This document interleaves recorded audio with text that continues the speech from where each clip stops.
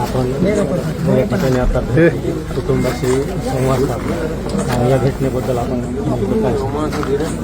मी आज कोटरबन येथे तिथले कुटुंब आहे आणि कवळगाव येथे त्यांच्या घरात आज आलेली आहे.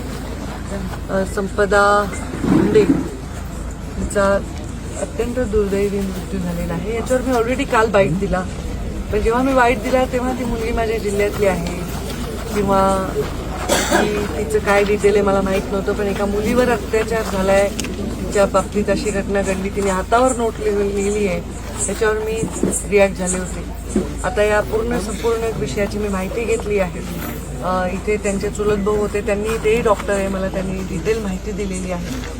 आणि माझ्या हातात काही जुन्या तिच्या कंप्लेंट्स आहेत.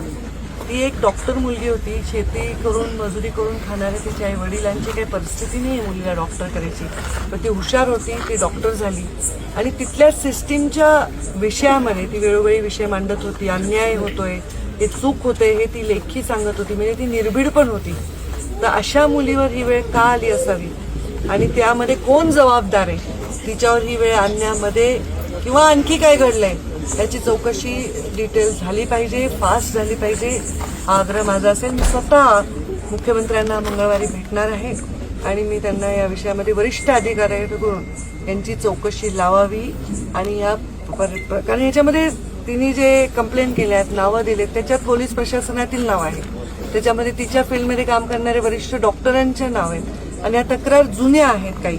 तर या सगळ्याचा विचार करताना एक क्लास 1 डॉक्टर ऑफिसर आत्महत्या करते, हातावर तिच्या नोट सापडते आणि ती दुसऱ्या अधिकाऱ्यांच्या, प्रशासकीय अधिकाऱ्यांचं नाव घेत आहे, हा गंभीर विषय आहे.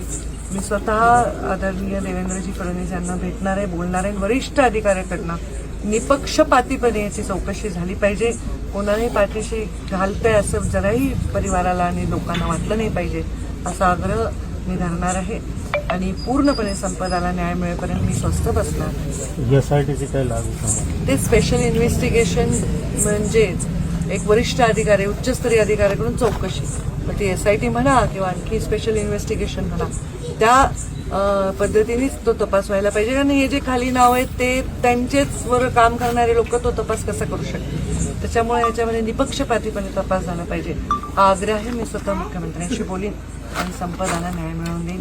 पण एक गरीबाचं लेकरू एवढं शिकतं, डॉक्टर होतं, स्वतःच्या जीवनामध्ये एवढं स्वप्न पाहतं, आपल्या परिवारामध्ये एवढे कष्ट करणारे सगळे लोक आहेत, त्याची जाणीव असते गरीबाच्या लेकराला की तिथपर्यंत पोहोचणं